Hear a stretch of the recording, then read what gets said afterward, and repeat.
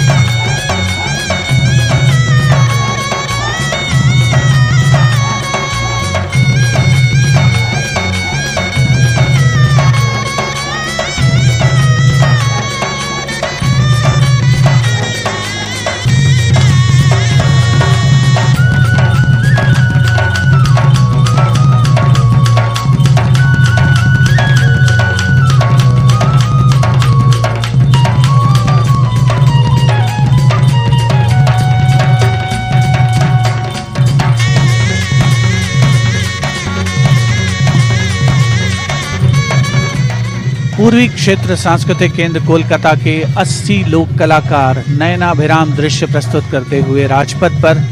धीरे धीरे सलामी मंच के सामने से अपने प्रस्तुति को अंजाम तक पहुंचाने के क्रम में